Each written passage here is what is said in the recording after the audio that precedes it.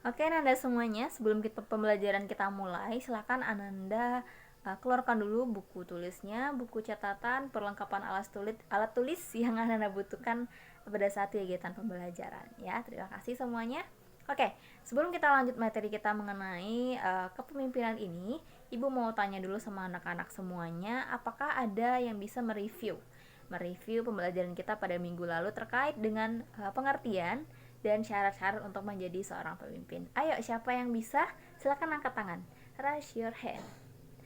Iqbal? Oke, silakan Iqbal. Oke, pengertian dari pemimpin. Silakan Iqbal. Mm-mm.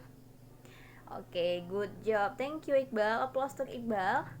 Oke, Iqbal tadi menyampaikan adalah seorang pemimpin adalah orang yang bisa mempengaruhi orang lain. Oke, terima kasih Iqbal. Selanjutnya, Nabila silakan. Oh, syarat-syarat dari seorang pemimpin. Oke, tadi Nabila mengatakan harus jujur. Betul sekali, harus bertanggung jawab. Oke, thank you Nabila. Selanjutnya siapa yang mau ngasih review lagi untuk materi kita sebelumnya? Puja, silakan Puja. Ya, oke.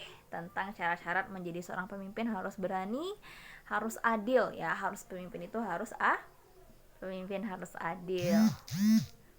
Oke, selanjutnya terima kasih kepada Ananda semua tadi yang sudah membantu Ibu untuk mereview. Mudah-mudahan Ananda yang lain juga keinget lagi ya materi kita minggu lalu. Dan untuk tugas yang Ibu kasih minggu lalu, silahkan Ananda kumpulkan melalui ketua kelas, dan ketua kelas silahkan taruh di meja Ibu ya. Oke, terima kasih ketua. Oke, selanjutnya kita masuk ke materi selanjutnya terkait dengan gaya kepemimpinan. Ananda semuanya, kita perlu tahu bahwa masing-masing individu itu mempunyai perbedaan. Oke, perbedaan ya. Kita memang masing-masing dari kita berbeda dengan orang lain. Contoh, berbeda sukunya gitu. Nabila sukunya apa? Mandailing. Oke. Iqbal? Pitopang. Oke, beda kan? Sukunya beda. Kita berbeda, orang tuanya berbeda gitu, mungkin cara mendidiknya juga berbeda, karakternya berbeda, wataknya berbeda gitu. Nah, jadi kita tidak sama, masing-masing punya gayanya sendiri. Mungkin si Nabila agak tomboy gimana gitu, sedangkan si Putri lebih anggun, lebih elegan gitu.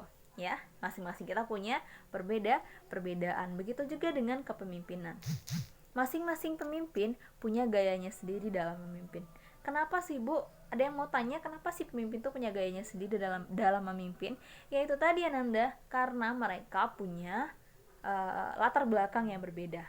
Mungkin sukunya berbeda, nge-trade-nya di belakang, orang-orang di belakang layarnya juga berbeda. Maksudnya mungkin dari internalnya orang tuanya mungkin mendidiknya dengan berbeda gitu, atau lingkungan sekitarnya berbeda. Nah, ini akan membentuk karakter dari seseorang. Dan jika dia menjadi seorang pemimpin, watak, karakter, perilaku itu akan mempengaruhi gaya kepemimpinannya. Oke, tadi Ibu ada nyebut gaya kepemimpinan. Berarti gaya kepemimpinan ini adalah tentang bagaimana seorang pemimpin bertindak dalam organisasi yang dipimpinnya, atau kantor atau perusahaan yang dipimpinnya.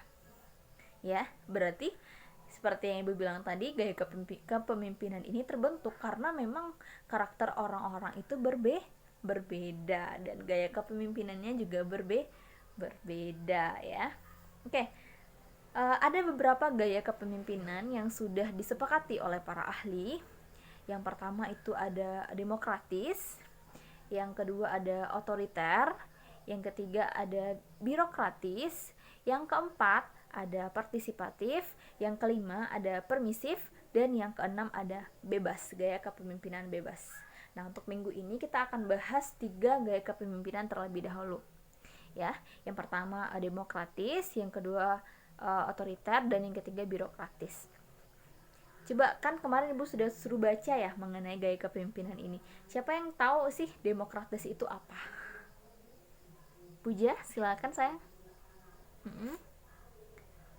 Oke, berarti kalau yang namanya demokratis kita bisa ngasih pendapat gitu ya. Kita disertakan gitu maksudnya ya.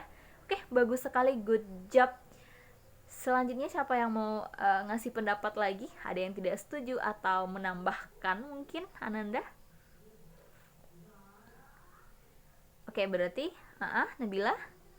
Oh, berarti anggotanya diberi tanggung jawab sama pemimpin. Oke, good job sekali. Nah, Ananda semuanya terima kasih. Semua yang Ananda bilang tadi benar, bahwa kalau misalkan gaya kepemimpinan demokratis ini artinya pemimpin ini, misalkan ibu nih seorang pemimpin, atau Iqbal deh misalkan seorang pemimpin dari kawan-kawannya, karena Iqbal ketua kelas di sini ya. Nah, gaya kepemimpinan demokratis ini, misalkan Iqbal mau ngambil keputusan, kita rencana misalkan kita mau jalan-jalan nih, studi tour misalkan ya. Jadi kita mau netapin harinya, dan Iqbal bertanya kepada teman-teman kelas ini, teman-teman kita bagusnya pergi hari apa, kita bagusnya pergi naik apa, kita bagusnya kemana, dress code kita gimana kawan-kawan gitu. Jadi dia meminta pendapat dari teman-temannya. Artinya gaya kepemimpinan yang digunakan oleh Iqbal ini adalah gaya kepemimpinan demokratis, karena dia mengikut sertakan anggotanya dalam membuat satu keputusan. Ataupun nanti misalkan dalam perjalanan kita ada masalah, misalkan si A nggak bisa pergi karena bla bla bla, akhirnya si Iqbal nanya ke kawan-kawan, ini kita ada masalah, Iqbal nggak bisa pergi karena gini gini gini. Oh, saya punya solusinya Iqbal, gimana kalau kita bantu aja, kalau misalkan masalahnya dana, kita gini gini gini. Oke, nggak apa-apa, ada saran yang lain gitu.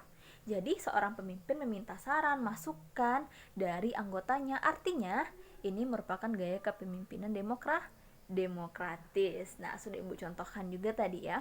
Nah, yang kedua ada namanya gaya kepemimpinan otoriter. Jadi lebih tepatnya teman-teman atau anak-anak tahu yang namanya diktator, dia memerintah, menyuruh. Pokoknya nggak mau tahu, A harus A, B harus B. Artinya seorang pemimpin itu berbeda dari yang demokratis tadi, dia tidak meminta pendapat dari bawahannya, dia memutuskan segala sesuatunya sendiri. Contoh lagi, Iqbal, kita mau ngadain jalan-jalan, dia yang memutuskan mobil, kita pakai mobil apa, dia yang memutuskan kita pergi kemana, dia yang memutuskan ongkos, tanpa dia berdiskusi dulu dengan anggotanya dengan alasan tertentu tentunya ya. Jadi ini adalah contoh dari